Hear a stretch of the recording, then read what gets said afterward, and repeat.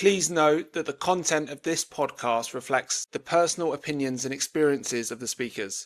It should not be considered medical advice. For professional guidance, consult with a relevant expert. SIA has no affiliation to any commercial entities spoken about or highlighted as part of the content of this podcast series. SIA is not in a position to endorse or recommend individual products or entities.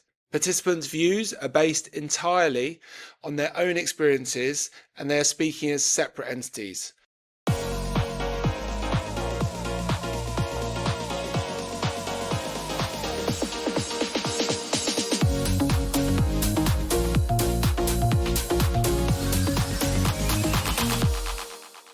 So first things first, my name's Ollie and I'm going to be hosting this series. Thank you so much for joining us again on our second pod, Mental Preparation to Travel. First off, you'll be glad to hear we have another epic set of guests, Gary and Lou. So you'll all be glad that you won't be having to listen to my dulcet tones for the whole pod. As a quick recap, in the first pod, we discussed planning for travel with some practical tips and stories from Rosie and Paula. And if you haven't had the chance yet, please do take a listen. It was a great chat. And today we'll be exploring the idea of emotional preparedness and building of resilience for travel. Travel is often an activity that provokes feelings of anxiety and questioning capability in disabled people. My wife often says that I can be a bit grumpy 24 hours before traveling because I get nervous of the unknown and the potential of the worst case what if scenario. And I've personally had to put in some steps in place to ensure that I'm ready to embrace the potential challenges and barriers that arise to allow me to get the huge rewards that do come with traveling. So today we're going to be exploring how to prepare emotionally for travel. We're going to be exploring toolkits to build resilience, strategies to employ, and improving capability to tackle challenges. We'll explore how these approaches can empower us to access the incredible experiences and memories that can come from travel, be it home or away. But enough chat from me. Let's hear from the important people in the room, Gary and Lou. Gary, I'll come to you first. Would you be able to give everyone a quick introduction, who you are and your favourite place you've travelled to? Hi, thank you for having me on today, Ollie. I'm Gary Dawson. I'm one of the support network managers at the Spinal Injuries Association.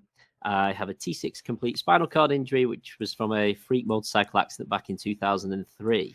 And the follow-up question, that's a big question. I have to say, New Zealand. It's about the furthest away from my house I can get, but it's the most amazing, epic, scenic place full of the most wonderful people. Love that. My sister actually just got back from New Zealand from our honeymoon and she said the exact same thing. She absolutely loved it. So I'm sure we'll hear some more stories of New Zealand shortly. But Lou, would you be able to give everyone a quick introduction, who you are and your favourite place you've travelled to? Yeah, no worries. So again, similar to Gary, thank you so much for having me on. It's really lovely to be here. I'm Lou, Louisa Tempest. I've worked with the SIA now for a couple of years and I am a counsellor and part of the counselling and wellbeing team at SIA. So I'm hoping that you're going to be nice to me as you mentioned strategies for resilience and I immediately got nervous because I'm presuming that's what my job is. So hopefully I'll be useful. For me, not meaning to sound like a cop-out, but I just feel so lucky and so privileged to be able to get away anywhere.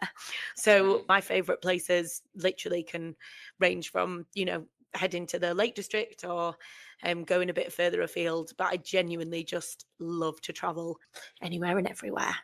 I love that, Lou. And I suppose it's that sense of accomplishment sometimes with traveling, of like getting away, and everywhere has their own little soul to it, I suppose, without wanting to sound too corny. Would you be able to give us a bit of an outline of your favourite travel experience that you found like really satisfying or kind of had that real sense of accomplishment? Yeah, I think for me, one of the really big things that I did was I went to Canada and I traveled for 3 weeks, which is the longest I've ever been away for. And I went over to Vancouver and we did a road trip. So it was just me and my fantastic carer at the time, Anne, who is forever now nicknamed in my team as Antastic because she is amazing. And she came out with me for 3 weeks. She did 24/7 care for all of that time. And it was really hard going on her because we had a lot of challenges, which I'll also go into, but we reaped some huge rewards. We flew out to Vancouver, so we stayed downtown Vancouver for a few days, and then we road tripped over to Victoria Island. We then got a ferry down to Seattle, and then we road tripped back up the coast back to Vancouver. And the reason it was, I think, probably the best place, or the place that I found most sort of accomplishing for me, is because it was the first time and the only time that I've actually traveled for that long with just me and a carer. And it was just brilliant. And I think it really showed me what you can achieve when you push outside of your comfort zone and you push your mind to be able to open it up to the possibilities of what are out there. And it was just brilliant. And when we got back, I was absolutely exhausted. But more than that, it really, really pushed me to be able to think, right, how can I look at my daily routine and how can I push myself for more independence? How can I push myself to be able to achieve more things, do more things? Because I'd been traveling for 3 weeks around North America.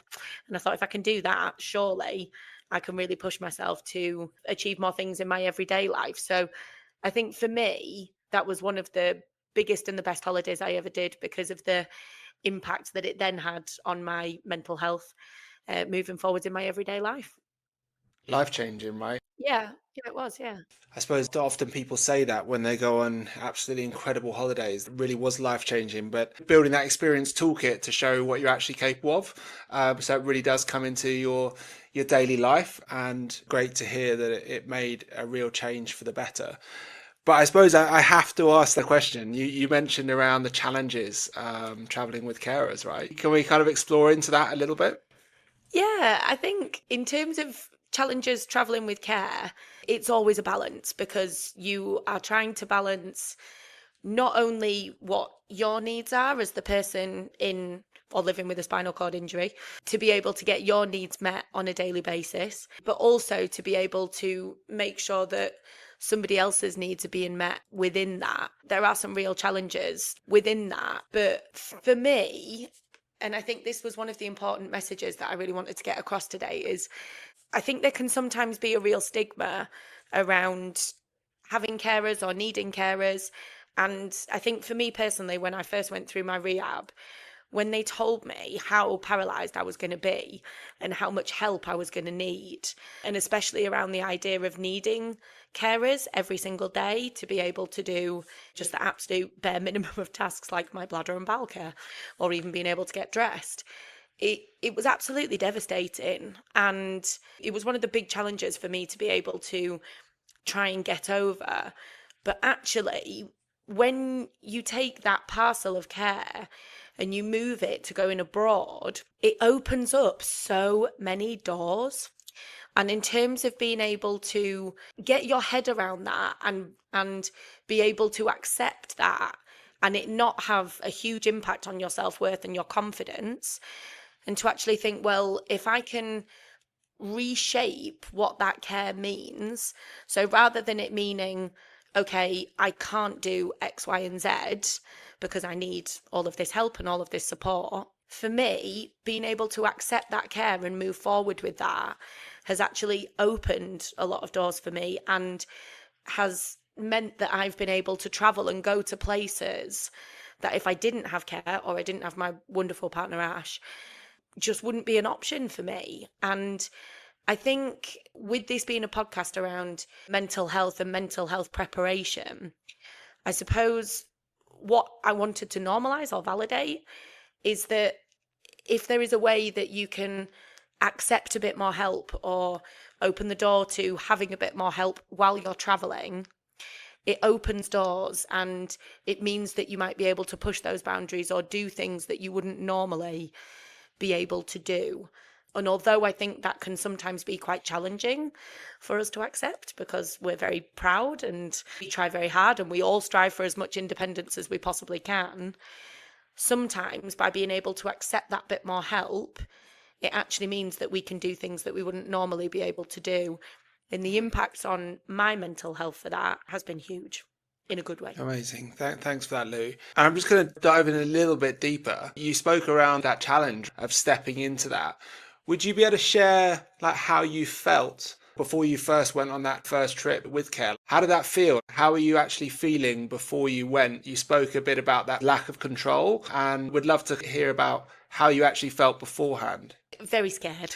I'd only had my injury for 2 or 3 years, I think it was. I had a lot of medical issues aside from my spinal cord injury when I first went through my rehab, which was a lot of breathing difficulties and a lot of other things that I was managing at the same time. So even after I'd spent my initial 8 months in rehab, I then basically spent the next 2 years in and out of hospital where they made sure that I could breathe independently without a trachea that was going to collapse. So there was a lot of quite difficult medical things that I was going through and dealing with. And what that meant is I just had a huge amount of fear around going anywhere that was too far away from my wonderful consultant. My sister, who even now is my huge support. So the idea of traveling so far without having her or a family member there and relying on somebody that, I mean, I'd known Anne a good 2 years, but she wasn't family. It was different.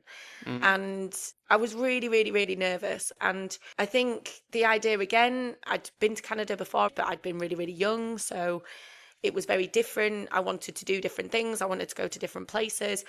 I mean, even Ollie, the idea of when we got out there, we'd hired a car, but I was like, how am I going to get in the car?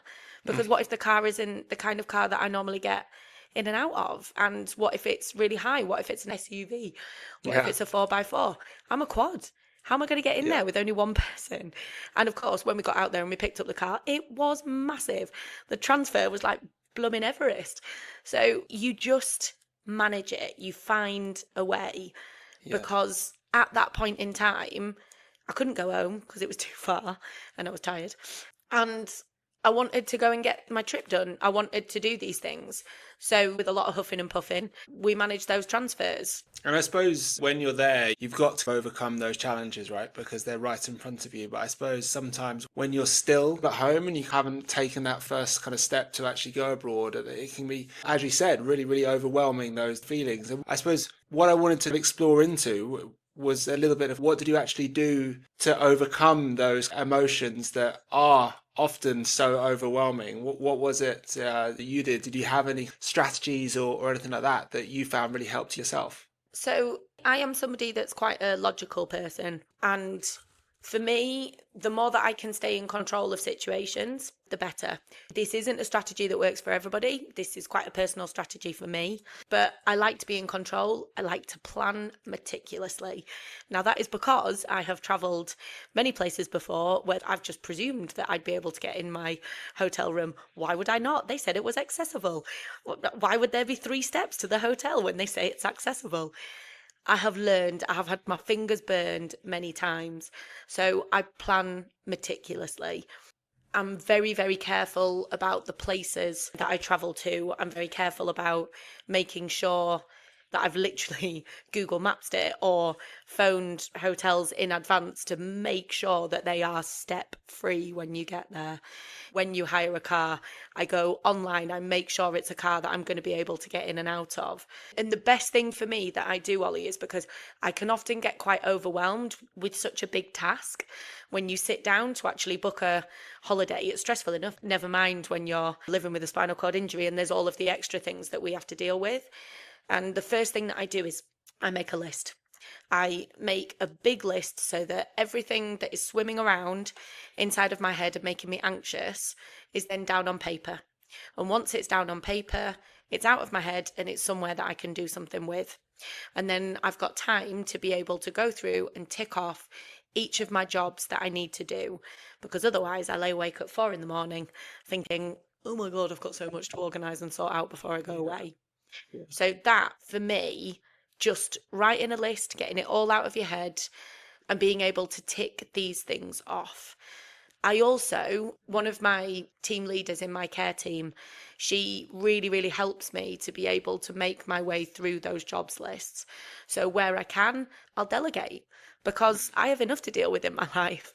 If there's somebody that's going to take some of that responsibility and take some of that life admin off my hands, I'm going to jump at that. Mm. So Amber is fantastic for me. She always phones the airlines for me and gives all the wheelchair measurements and makes sure that you are on a plane that's going to have a aisle chair, make sure that they've got an Amber lift ready. So where I can, I delegate because I've got enough to deal with.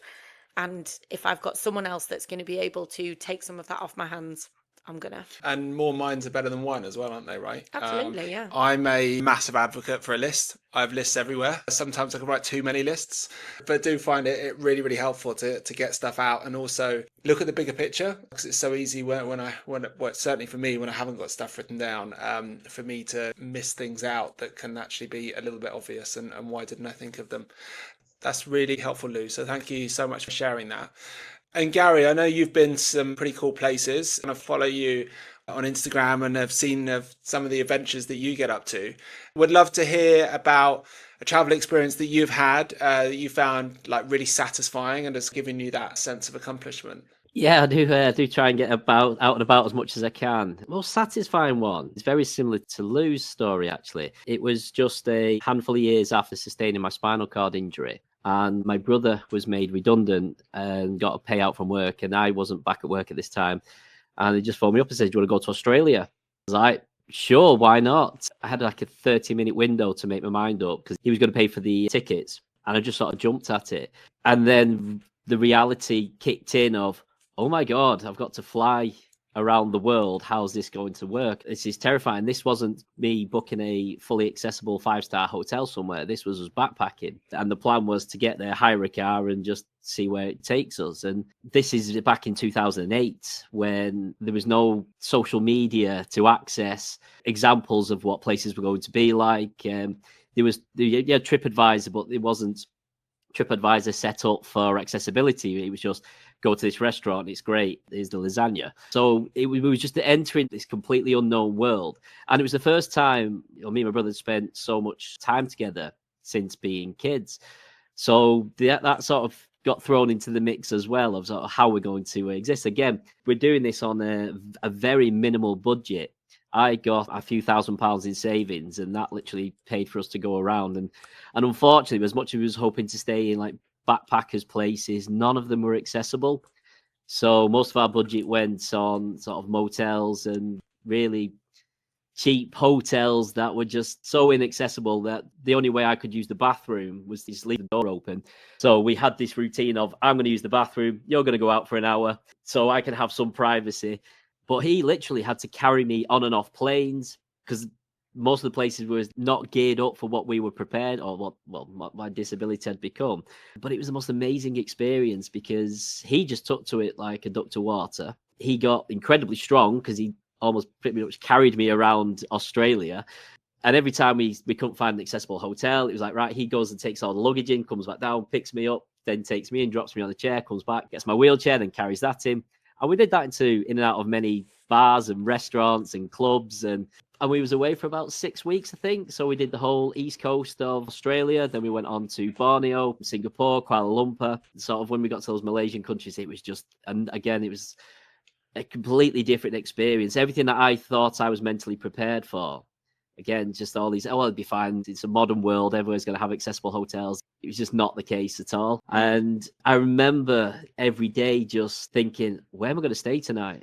We've got nothing booked, got nothing planned. We were just rocking up into different towns and asking locals where we can find, somewhere accessible. We got close to, I remember we was driving through a town in Australia. We got there and there was like 3 major events on. Everywhere was booked up.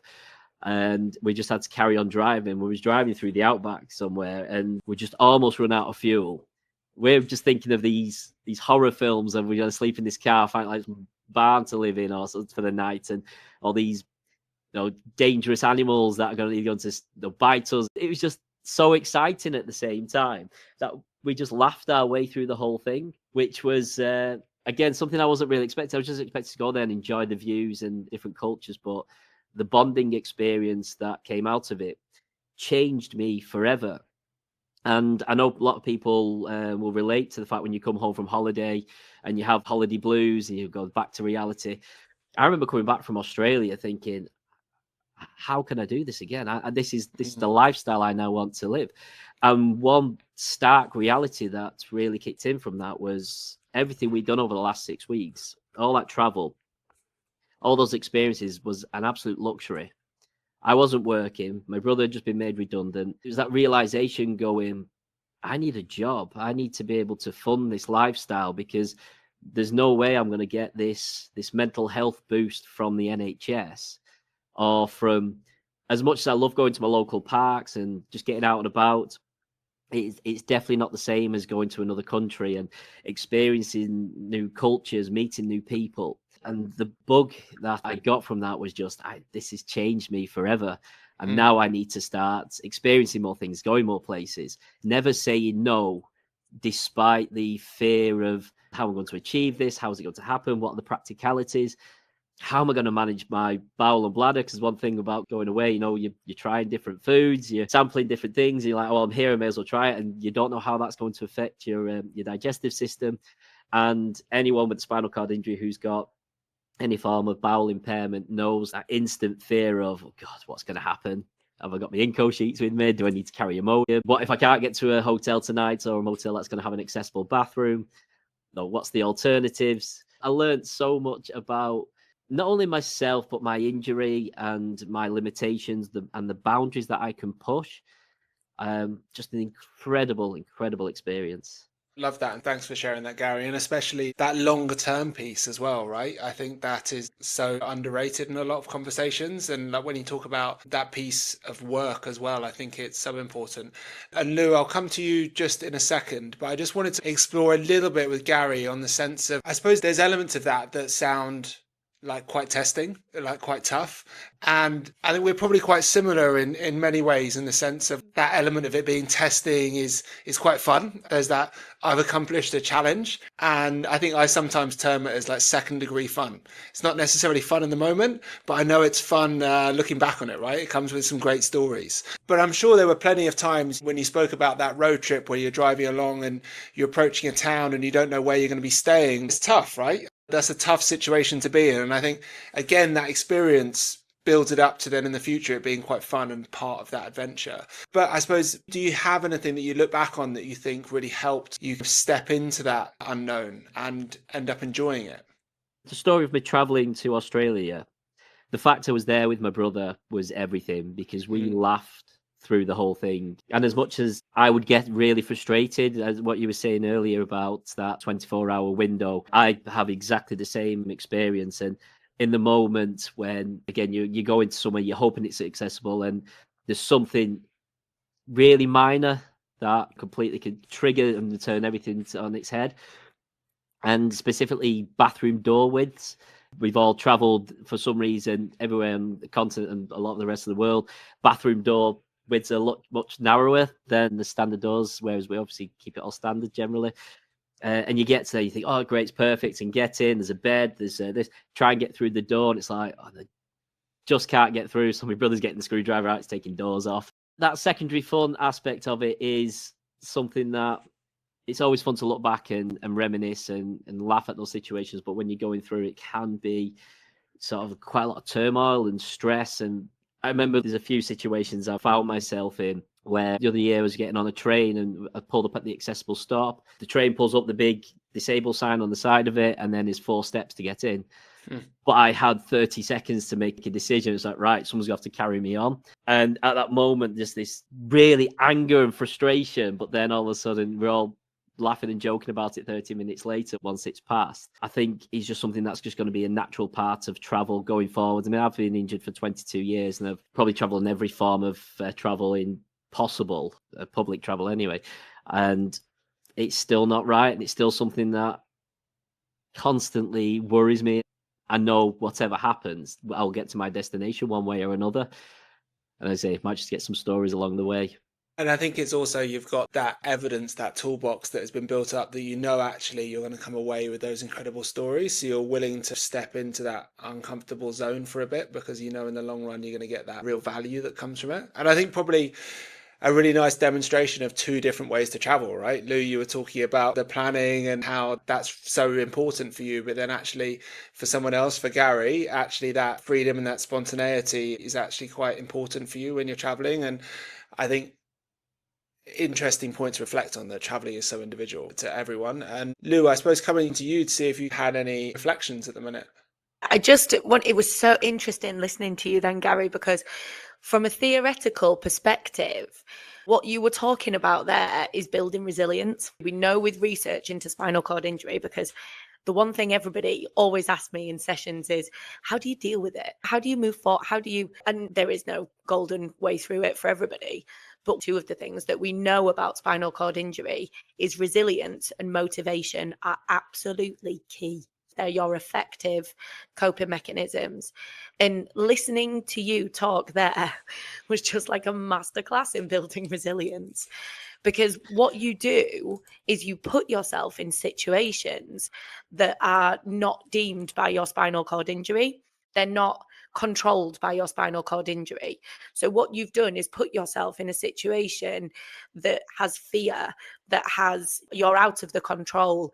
You're not defined by, oh, well, I have to go somewhere accessible. I have to do it this way. I have to do it that way. You're building resilience because you're putting yourself in situations that are hard and you're finding a way through. And theoretically, what that does is it builds your confidence tenfold. And in terms of being able to accept and move forward with a spinal cord injury, there's just nothing better that you can do. Because even if we don't call them failures, we call them blocks or things that get in the way, challenges. Even if there's things that don't go well or you don't manage, you still persevere, you still get through. And what we then look at, again, from that theoretical perspective, is to look, so what does that resilience do for my motivation? Because what that resilience does is that's the key to being able to go, okay, I can do X, Y, and Z. So those are my goals moving forward. And when we have resilience and we have motivation, it gives us a hope for the future. And in terms of spinal cord injury, there is nothing more important. Hope for the future is everything. And it's so interesting listening to you speak there, because when you got back from your travels, rather than going, oh, I'm very sad and blue, I don't want to be back. You were like, nah, how can I do this again? How can I get out there? How can I figure this out? How can I travel without these limitations? And that's hope. That's hope for your future. That's hope that things are going to be a certain way, or that you're going to be able to travel and you're going to be able to live your life the way that you want to live it without being defined by your spinal cord injury and that defining where you can go and where you travel. So I just wanted to interject there, because theoretically, you're smashing it, Gary. You're doing it. When supporting people, we've always said, no, failure is a stepping stone to success. You will learn something from any challenging situation, whether you deem it a success or not. I've always tried to learn from whatever experience I've been going through. And the traveling through around Australia actually opened up so many doors for me, because when I came back, a good friend of mine, a chap called Steve Rimmer, who was working for the SIA at the time, invited me into the spinal unit, said, can you come and tell all the patients about what it's like to travel, give them some insight? And again, this is before all social media, which set me on the path to sitting in this podcast right now. The outcomes from that, and as much as it was, again, at times very challenging and frustrating, the positive outcomes have always been something to embrace. And I think that's something I've always got from traveling. Whether I'm the worst flyer, I hate flying, I don't like taking off, I don't like landing, I hate turbulence, but thank God for phones and Netflix now. You can download something, just distract yourself, so you can just sort of focus on something completely different, and then obviously then go on your excursion, whatever you're doing. But thank you for that, Lou. It's nice to be recognised what I'm trying to achieve. Great. And I think what we're talking about is courage, right? It's the courage to be in those uncomfortable situations sometimes. And I think there's that really basic equation, which is kind of what you outlined, Lou, around courage. When your kind of passion or what you want to do is greater than your fear, then you find courage. And to reflect on that, I think is really, really important, because it's also understanding for yourself, what can you do to build that passion and that motivation, right? To actually be larger than your fear. Because I remember coming out of the spinal injury unit, I was someone before my injury that was identified by my physicality, right? I was actually in the military. I kind of did lots of sports and loved everything active and adventure. But going through the trauma of spinal cord injury, right? Like so much of that was removed, and there was a real fear of what could happen again, or I don't want to be in a situation where I feel like I'm losing my dignity, right? Like having maybe a bladder and bowel accident in public and stuff like that, right? That was worst case scenario, and I wanted to avoid it at all costs. And I think I was told so many horror stories. That was something that really built my fear, right? So I at that time didn't have any of that kind of larger courage, I suppose, because that fear was so much bigger than that kind of motivator to go away and travel. But for me, what was really helpful is actually taking really small steps, because I think what we've all spoken about like so far, like incredible, I hate using the word, but like kind of inspiring like stories of travel, right? Like going around Australia, like going out to Canada, they're big, hairy goals, right, for kind of travel. But actually, that can be quite overwhelming when we're thinking about that as like first trip. If I think back to first trips for me, it was actually getting in a car and just driving down to the petrol station to like pick up a friend, or maybe getting on the train for the first time and taking those far smaller steps to actually build up that experience bank. So then actually it reduced the fear a little bit, and also at the same time built that excitement. So I think what we've shared are like some incredible stories so far, but they're also quite big. And I think actually when we're looking at how do we actually kind of create that resilience as well, it doesn't just appear from nowhere. We've got to really build that toolkit, and would love to kind of hear what were some of the things that maybe you did like right at the beginning. So like, I suppose, show yourself what you were capable of, because I may be wrong, but I'm sure you didn't come out of the spinal injury unit and think straight away, I'm going to Canada or I'm going to Australia, right? It's a bit of a pipe dream. And Lou, would love to hear from you. What were some of those things? Because you spoke at the beginning around, I suppose, those challenges for those first couple of years coming out of the unit with, you know, kind of health and having care. What were some of those things that like helped reduce a bit of that fear, but build that larger courage? There were many things, but it takes me back to that trip in Canada, and I don't mean to keep going on about it, but something happened on that trip, Ollie, that changed my reference for travel forever. Come on. So when I was coming back from Vancouver, so I'd had a really upset tummy while I'd been out in Canada. I always struggle a bit when I'm away. Like, I don't know if it's just, as you say, Gary, different food, different water, I don't know, whatever it is, but I always struggle. I always get an upset tummy. And I'd really struggled. And what I'd done was basically starved myself for 2 days before flying home, because I was like, surely there is nothing else in the world worse than having a bowel accident on a plane. Because what do you even do? So I was like, I'll just starve myself for 2 days before coming home. It'll be fine. It'll be fine. And then for some reason, I decided that we'd go up Grouse Mountain on the last day before we got on the plane to come home. And I decided to have an ostrich burger on Grouse Mountain, probably about 6 hours before I flew. And I thought that'd be a great idea. So that's what I did. And we were on the plane, and we were about, because it's a long flight to Vancouver, I think it's about a 10-hour flight. It's a long way. And about 3 hours away from Heathrow, I had a bowel accident on the plane. And I was just absolutely mortified. And I just sat there thinking, what do I even do?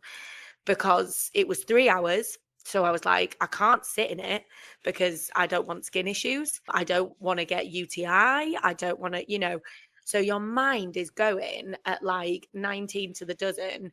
And I looked at wonderful Anne, who was in the seat next to me, and I just said, Anne, I've had a bowel accident. And she just went, all right, well, we're just going to deal with it, aren't we? And I was like, are we? And she said, we're just going to deal with it, aren't we? And luckily, I was in a financial position where I'd flown business class. So thank God my seat went down flat. But she went and had a chat with the air hostesses, who were amazing. And they literally stood at either side of my seat, and they held up a blanket, one on each side, and they stood there. And while we basically cleaned up and did a manual evac on the plane, because what else do you do? So I was just absolutely mortified. There was just, it was awful. And these lovely air hostesses that were stood there on either side, and I bet they'd never seen anything like it, because until you've had a spinal cord injury, you don't know, do you? And she was stood there with her very expensive perfume, and every now and then would just do a little spray just at the side of me, just to make it smell a bit nicer in business class. And we managed it. And I don't know how we managed it. And we did manage it. And honestly, once you have had a bowel accident on a plane, but not only had a bowel accident, but actually cleared up and done a manual evac on a plane, there is nothing else that can go wrong on that holiday that I won't get through, honestly. So the biggest thing I think for me is around, and it was interesting, Ollie, because it goes back to what you were saying there about fear. And within counselling, fear is a really interesting concept, because we can either look at fear in two different ways, because fear comes from anxiety and lots of other things, but one of the big things it comes from is anxiety. And fear is a coping mechanism. So fear is there to keep us safe. But when we start to understand that and we start to acknowledge that, we can actually look to reframe fear in a different way, because fear is a hormonal response, an emotional response. And if we can look at that and understand that, and if we can sort of reframe that to think, well, actually, I can go through that fear. I can feel that fear. I can have my emotional response to that fear. But actually, I can persevere and get through it. And for me, the biggest fear, even now, is still that I will have a bowel accident on a plane. But I've done it. So I've got through that fear. I've persevered. I've pushed through it. And that to me was also something else that I learned, was around being able to reframe emotions and be able to go through those emotions and feel those emotions to be able to get past them. So that for me is how you build resilience. Wow, thanks for sharing that. Ultimately, tough experience, right? It's the thing that no one wants to experience. I've been lucky, I've been able to avoid any bowel accidents on a plane and have always had that fear of it happening. And I suppose then I'm strategic about maybe avoiding shellfish or some things like that, like just beforehand, and timing, like when I'm going to the toilet, to try and mitigate any potential risk. But I'm sure there will be a point where it doesn't all go right and it will put me in my place as such. But I think there's something also else, I suppose, I reflect on is a very extreme example, but also just the willingness of others to help. Yes, that's a very, very, very extreme example, but Gary, you kind of had that example as well. Like, we're just getting on the train. You know, there are others around and people are always willing to help. And I think I've certainly had the kind of challenges myself of feeling like I didn't want to be a burden on others, or I didn't want to get in the way, or I didn't want to be treated differently. But actually the strength that comes from actually being able to ask for help in those moments, to be able to open up opportunities, is incredibly valuable, whether it's getting something down from the top shelf of a supermarket, or it's getting on a plane, or having a bowel movement in business class. You never know where you might need that support. And I suppose thinking a little bit about that, Gary, you spoke about that need of, I suppose, relying on your brother and stuff like that, but have you kind of had many other kind of experiences of people just supporting, and I suppose that humanity of it? Yeah, relying on the kindness of strangers is something that I think when you've got a spinal cord injury, you've just got to accept at some point you have to ask for help. As much as I've always been very proud of being a very independent and sort of strong paraplegic, able to do anything. The fact is, I still ask for help. I'm nursing a shoulder injury at the minute. So the days of old when someone be passing me as I'm getting in my car, and, oh, do you need any help? I was like, oh, no, I'm fine, thanks. And I always thank people for asking as well. Whereas now it's like, yeah, if you don't mind, you put my chair in for me. Just save me that one extra task, because it does take wear and tear on your joints and on your body. We're doing things that our upper limbs are not designed to do on a long-term basis. But I say, whether it's been in a supermarket and someone handing me something, I will seek someone out. I'll just go and ask them, if they want to do their good deed of the day and help me reach some jam from the top shelf, or I say if it's putting my chair in my car, pushing me up a hill. If I'm out and about, and I was in Sheffield last week, and Sheffield, dear God, that is the hilliest place in the world. Lou knows very well. And some of those I was pushing up these hills, and it's ones where you've got to be fully leaning. You've got your chest fully on your knees, and it's a case of get your hands back on your wheels as fast as possible. And there were two police officers walking past, and I'm like, come on, lads, push me up. And they came over, gave me help up the hill. I could have got up myself, but it would have caused me further pain. I would have turned up to where I was going drenched in sweat, and So I'm a huge advocate for asking for help. I think there's a lot more nicer people in the world who are more than willing to help than there is someone. I say, just going back to what you said before, when we was first injured, as much as I've traveled the world and I've done some incredible things. I really struggled with anxiety and fear and stress when I was first injured and first went home, and just leaving the house was the most mammoth task that it became easier not to, because I was so scared of what people are going to say, or I'm going to fall off a chair, am I going to roll through dog dirt, or when someone spat on the ground, if I roll through it, it's then on my hands. I just don't want to put myself through that. And then what happens if I fall out the chair? People are laughing. And all that compounded these really negative thoughts, which became easier to sit at home and embrace afternoon TV rather than actually getting out and about and living the life I wanted to live. That's a really difficult thing for most people will go through. So I don't want to, as a key message today, as I say, me and Lou have got some incredible stories in yourself, Ollie. I think it can take several years to build up those tools in your toolbox of resilience, of confidence, to embrace a challenge. And that challenge could be anything from going to the shops to, again, I remember getting my first Motability car, similar to Lou, although it wasn't quite as dramatic as a bowel movement in business class. I remember my grandparents had to drive me everywhere to all my appointments when I was first discharged, because I didn't have a car license. I had a motorbike license. And I remember having a bladder leak in my granddad's car and getting out of this appointment, turning around, just seeing the wet seat and just being mortified. I just felt so embarrassed. And my grandparents were amazing, and they still are. And if I ever need a lift somewhere, they still take me where if I needed to go somewhere. But I remember just in that moment thinking, if I was on my own, if it was in my car, I could sort this out. No one would know. No one would see this humiliation. And I remember it affecting my relationship with them, because the next appointments I was like, oh no, I can't go, I'm not well. I just didn't want to get in their car again, because it was easier to hide away from those experiences of being out in public. If I have a bowel or bladder accident at home, no one's going to know. I can sort myself out, and I can just hide away from this. People always ask, what was it that helped you come to terms with your injury? It was always my granddad, because he introduced me to sports, and he took me to a local sports club where they had a wheelchair basketball team. And by proxy, he was him who really drove me to get my own car, because I didn't want to have an accident in his car again. So love that. And I suppose, Lou, if I come to you, just thinking about strategies, right, in that sense of, I suppose, that anxiety, because it can be such a massive blocker for any type of travel, whether that's like going down to the corner shop for a pint of milk, or it's going to somewhere really exotic. If you had one or two takeaways for someone to try out in building those kind of strategies, what would they be? I think it's tricky because I think everybody is very different. Mm-hmm.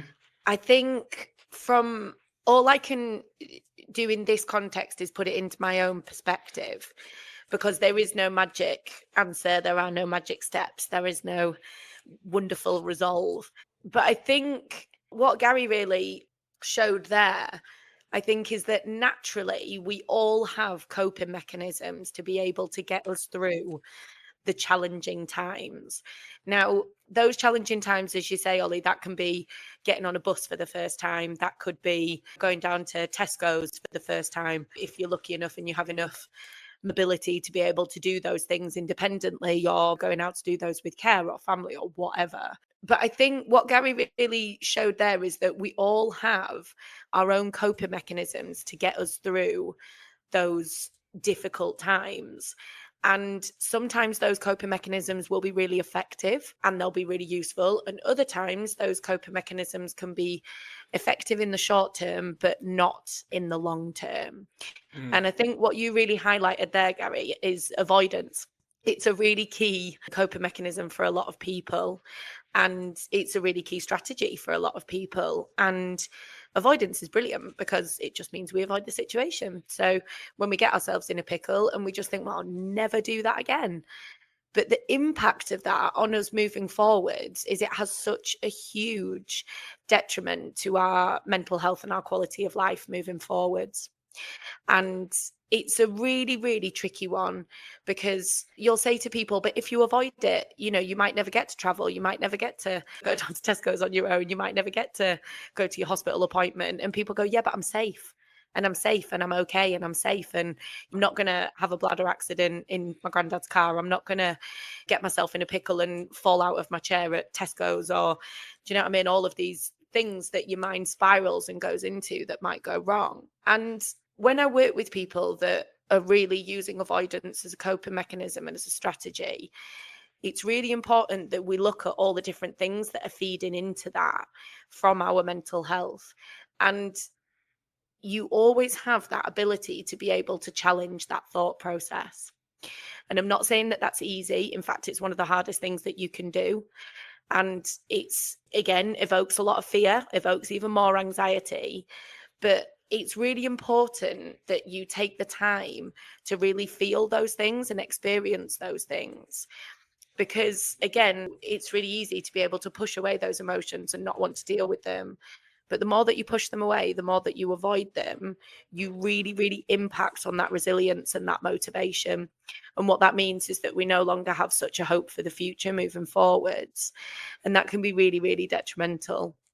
So the main strategies that I think I would say to people are really try to reflect on the coping mechanisms that you're using, and really try to think outside of the box around, are these coping mechanisms actually enabling me in the long run, or are they saving me in the short term?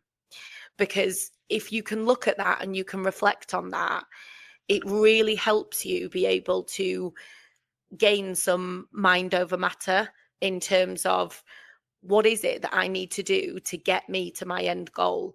Because I don't want to stay inside all the time because it's safe. I don't want to not travel. I don't want to not get on a train. I don't want to not get in my granddad's car again. But the only way that Gary will have got through that is to push himself and put himself in a situation that he felt uncomfortable, awkward, fearful, full of anxiety. Yeah.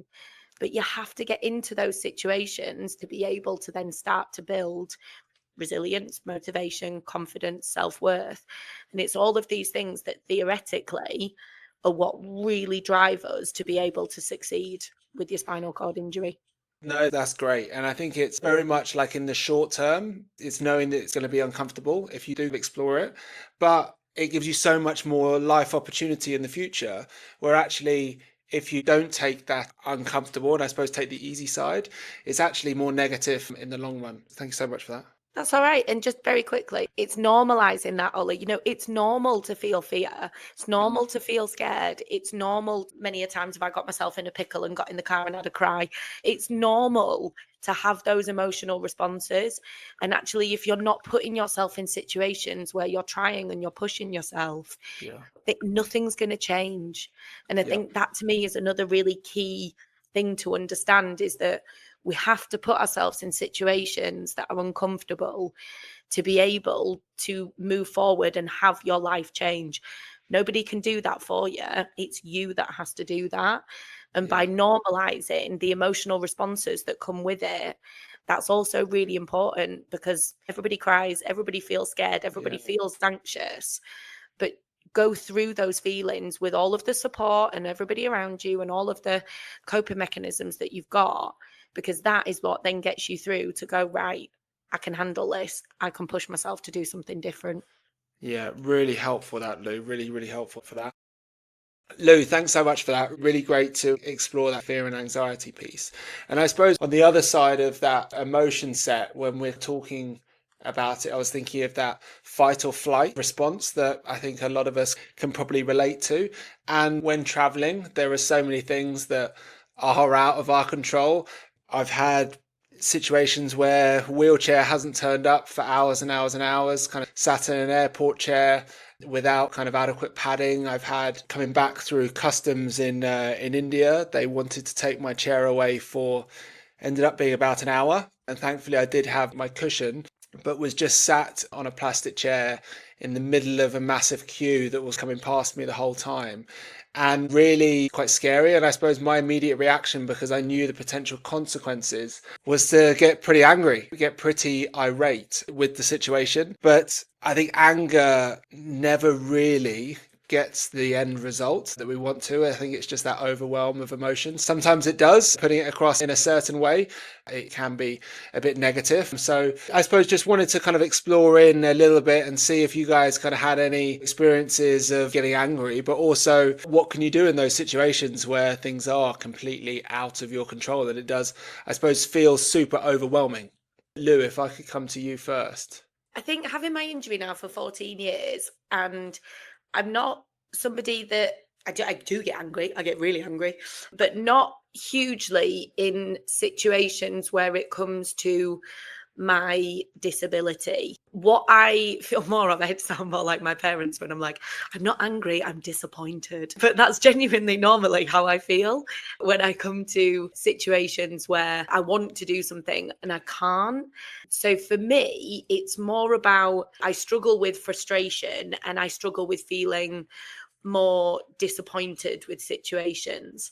And I think in terms of strategies for getting through that, I'm going to really sound like a counselor here, but I use some really fantastic breathing exercises. And I also use a really good, it's technically a meditation, but you can use it on more of a breathing exercise. And it's called Treasure the Pleasure.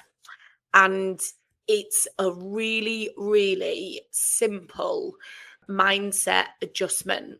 So, Treasure the Pleasure works a lot with when you are in situations that are out of your control. So, situations that can make you feel really frustrated, really angry. And there's a little breathing exercise that you can do where you just take a, for us, metaphorical step back, a wheel back, if you will, and just try to find something in that situation that is pleasurable or enjoyable. And it allows your mind to be able to just, rather than focus on the negative or the thing that we are struggling with or the thing that's disappointed us or angered us, it allows our brains to be able to focus more on something that is going right within that situation.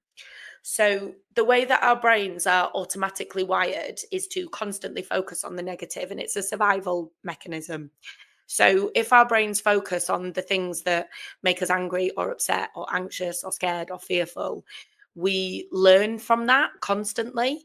Okay, so I'm not going to put myself in that situation again because I don't want to feel like that. So automatically, our brains will always focus on the negative. It's just an absolute normal wiring of most people's brains. And Treasure the Pleasure allows us to try to rewire that slightly so that we're not always focusing on the negative in situations and that instead we focus more on some of the positives. And again, that's not me dismissing those negative emotions. It's not me saying, don't feel those things, shut those out. You know, it's, as I said before, it's really normal and validated to feel all of those difficult things. But when you're in that moment of you arrive somewhere and it's not accessible or something's gone wrong and you're absolutely raging, so you're in India, Ollie, and someone's taken your chair away and you're sat on a plastic chair in front of hundreds of people in a queue, probably feeling embarrassed, angry, bit shameful, absolutely fuming. If there's a way that you can treasure something out of that situation, even if it's something so tiny as, well, thank God I've still got my pressure cushion, because that is going to allow me to sit stable, comfortable, don't have to worry about my skin. And even if in that moment it's a fleeting thought of just, well, at least I've got this, at least this has gone right, at least this is okay. It just helps us to be able to not always focus constantly on the negative or the difficult bits of situations. So, yeah, I don't know if that's helpful or something to bear in mind. Yeah, I love it. And I think something to add to that for me is to practice not being so reactive and reacting without thinking, and practicing that skill of just taking a pause and a breath. And it usually kind of gives a bit more clarity to the situation. Gary, coming over to you to see if you had anything on this area. The classic situation of being stuck on a plane waiting for special assistance to get you off. I mean, I think the longest I've waited is 3 hours. Wow, 3 hours. Instead of getting angry and frustrated, I just talk to the staff and I let them know how frustrated I am. But it's not their fault. And me ranting at them is not going to get me anywhere. They're just going to get really miffed off with this angry guy, and all they can do is apologize. So I just sit and chat to them. So it's like, try and explain the situation. But I really use it as an opportunity to say, look, I work for a spinal charity. This is something that we report back on. This is something that we are desperately trying to influence to change these situations. Don't get me wrong, I have ranted in the past when I'm terrified of getting a UTI because I've been sat on a plane for 5-6 hours and I know my bladder's full. In this case, look, you're either going to have to find me an empty bottle or I'm going to be suing you because I've now developed a medical issue, which could potentially be life-threatening. And again, I think a lot of the times, my coping mechanism is just to try and educate people into the situation. It's not just me, I'm frustrated because I can't get off the plane. It's actually, no, you're having a massive impact on my life. Yes, I might be sat here for an hour, but if I get a UTI, it's going to affect my entire holiday. If you've broken my chair, I've now got to find a welder or a replacement. It's not just the case of I can just go and sit in one that you can bring to the door. The only time I did get angry is when they left me on a plane and they shut the plane down and all the staff got off. No. And luckily, as the pilot was leaving, he was the last to leave, he looked down the aisle, saw me and my ex sat there and came up and was like, how did you get on the plane?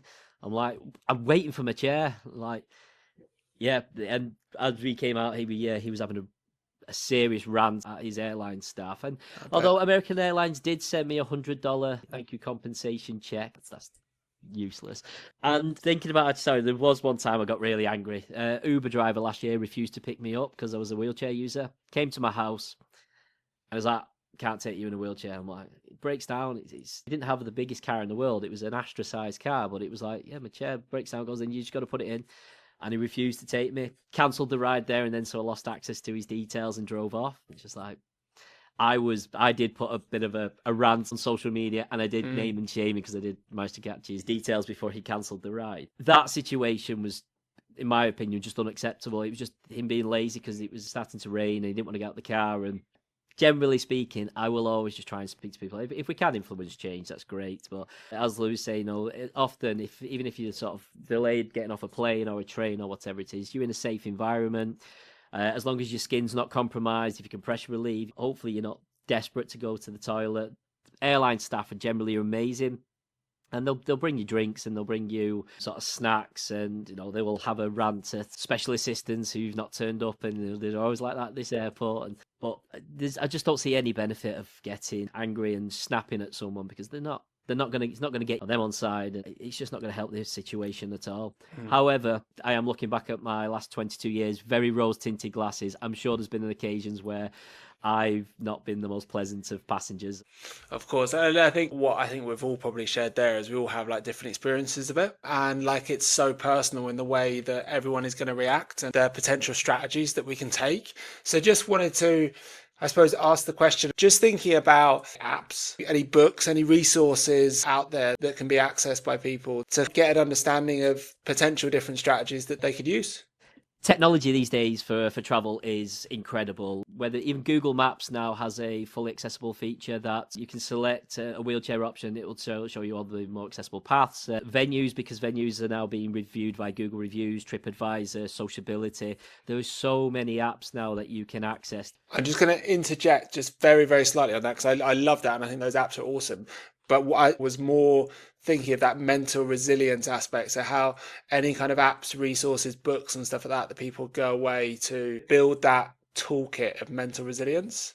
It all goes to the preparation for any form of travel. If you can explore any opportunity to see what a facility is going to be like, whether it's step-free, whether it's if they've got toilets. Again, there's so many photographs that can be uploaded. The Sociability app is probably one of the best apps out there at the minute, where someone can upload the width of doors, how many steps, the heights of tables, and that can go throughout airports, through train stations, anything that gives you that additional preparedness. I think with any form of travel, whether you go into your local supermarket or to the next continent, if in your mind you have done absolutely everything to prepare for this, if something goes wrong, well, it's not on you. It's just something that you're going to have to deal with. And I just think technology these days is so much friendlier to people with disabilities, and not just wheelchair users, but people who have visual impairments, hearing impairments. I think it's an essential tool now that can be utilised. The only barrier I do see with it is the older generation. Spinal cord injury can affect anybody at any age.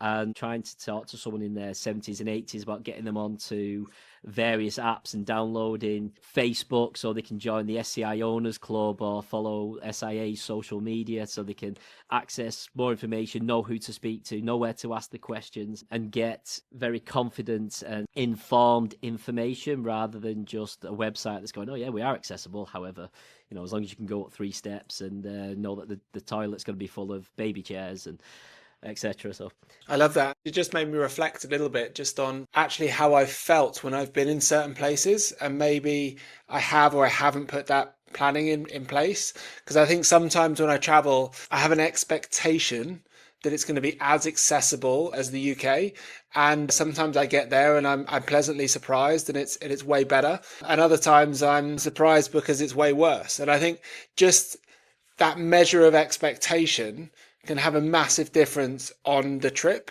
Last year, I was in Uganda in a refugee camp, and I knew the accessibility was going to be absolutely appalling. And it was. But that didn't take away from the trip, because I already knew that it was going to be appalling, and I was ready for that. And that was kind of part of the reason of me kind of being out there. So it didn't negatively impact the trip. But I have been to other places where I've had this expectation, and then my experience really kind of went against that expectation, and the access was nowhere near as good as I expected it to be. And that, for me, ruined the trip, although it was way more accessible than the refugee camp in Uganda, right? But it's that expectation. I suppose it's perspective. That pre-planning gives you way better perspective of what you are entering into, and I think that's so important. Thanks for sharing that, Gary. And just thinking about other tools that we could use to learn more around that mental resilience and different strategies. I know there's obviously brilliant SAA counselling services and things like that. And Lou, I don't know if you have anything else to add to that, or you could paint a bit more of a picture around that. Yeah, I think the counselling service is, it's a brilliant service. Of course, I'm going to say it is. I work for it. But on top of that, I think if by listening to this podcast, what it really shows to you is you do have some fears, or you do have some anxieties, and actually they are so big that it would really block you from being able to do some of the things that you want to do. That might be something that you would go, actually, yeah, I might want to get a bit of help with that, or a bit of support with that. Because when you enter into any kind of mental health support, it doesn't have to be because things are really, really difficult, or you're at a point where you're really, really, really unhappy. And actually, counselling can be really useful at a time when you're looking at your life and thinking, yeah, for the most part, I've got things pretty set up, but there are some things that I would really like to reflect on, and I'd like to learn about myself, and I'd like to push myself in a different way. And I think the bonus of our service always is that we are all spinal cord injured. Every single counsellor on our team is spinal cord injured. So for the most part, whatever your worries or fears are, will be things that we have gone through. And because of that, it gives us an understanding and an empathy. And again, that's something that's really key to our sort of counselling service. But on top of that, things like this, the Travel with Confidence podcasts, any blogs that people do, the more honest and the more open that people can be about not only the things that go really well and the useful tips, but also the things that people struggle with and the things that are hard.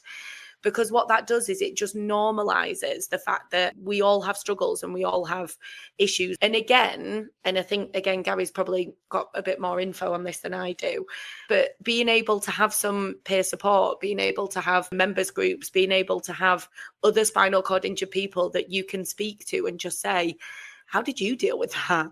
How did you manage that? How did you get through that around travel? Because there are so many amazing hints and tips that are out there that I've learned from people that I was in rehab with that have changed the way that I travel. So yeah, I'll pass over to Gary because I'm sure he's got a bit more info on those than I do. I think a key thing there is that peer-to-peer support, which is where SIA support coordinators just shine. Sharing their lived experience, the good, the bad, the ugly, is something that gives people a bit of motivation into what is possible and hopefully gets them out of that early days dark place of that avoidance, as we was talking about earlier. But the community groups are brilliant for the initial travel, because people have to travel to a public space, so they have to either drive or get public transport. They've got to park, they've got to go into a public building, they've got to deal with members of the public, as well as having that support from their fellow SCI community and SIA staff. But then to access people's knowledge, their stories, their experiences, and plant some seeds into their own minds of, actually, yeah, do you know what? I'm not ready to go backpacking around Australia. However, there's a local Premier Inn, and I just want to get used to seeing what it's like to stay away for the night. And they can ask, what is the best hotel chain for accessibility reasons or accessibility needs? I want to just sample what it's going to be like being away from home for a night with care. Where can I go? And to have someone to openly have honest conversations, but also not almost belittle those little experiences as well, because they are huge in that journey to build up resilience. Utilizing services that the SIA has is massive, because they'll also then connect you to the wider network of other charities and organizations through our support network, and it just all leads to the fulfilled life that we want everyone to have. And I think it's something that can be achieved if people know where to look and know where to approach. All our services are free, and if people are not aware of them, then they're unfortunately going to be sat at home struggling, and hopefully they'll stumble across this podcast and go, who are the SIA? Can we get in touch? How can they help me? I want to go travel the world, or go to my local Premier Inn. Yeah, I love that. We can all but hope. Just to add to that, there's so many resources that aren't necessarily SCI specific, like the Headway app for one, brilliant resource that a lot of people know about. Some people use journaling, mindfulness, like there's so much out there. And I think it really, again, does come back to you as an individual and what works for you. And the only way you're going to know that is by trying stuff out. And I know sometimes feels really awkward and you're like, it's not going to be for me, it's not going to work. You got to try it out. Unless you try it out, you really won't know. And trying it out isn't just the once. I know I'm being a bit lecturing right now, but you got to give it a go. Amazing. Well, thank you so much for joining us in this awesome conversation, and such an important one for traveling. It's something that is very relevant to all of us. So thank you so much for this conversation.